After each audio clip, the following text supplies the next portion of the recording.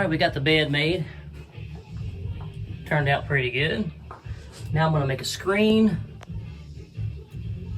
for the window up there so I can stick my pool noodle between the camper shell and the truck to make a rain barrier. And I just happened to have held on to this old screen that I've had for probably about 20 years. Finally finding a use for it. I've measured what I needed for the window up there. And what I'm going to do is I've got some Gorilla Tape. And I'm going to make an outline of what I need on this on both sides, and I'll stick tape to both sides. And then I'll cut it out with a box cutter. I'll do a couple layers of tape, and that should make a pretty steady screen.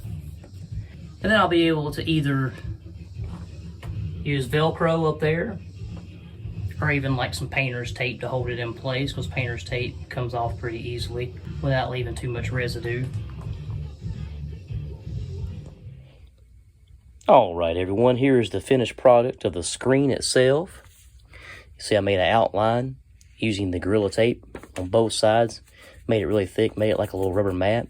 And I put a piece of Gorilla Tape on the outside here going around. You can see there's a piece there, and just folded it over to make it where the screen doesn't poke you.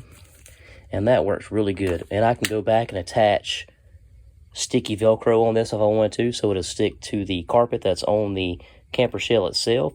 And as you'll see in the pictures coming up in the video, I end up using painter's tape on this trip, and it worked great. The painter's tape didn't stick to the window or leave a sticky residue, even though it was like 90 degrees. It come right off. When I needed to take it off, I just made a seal around there with painter's tape, and that kept the bugs out, and I was able to circulate some air.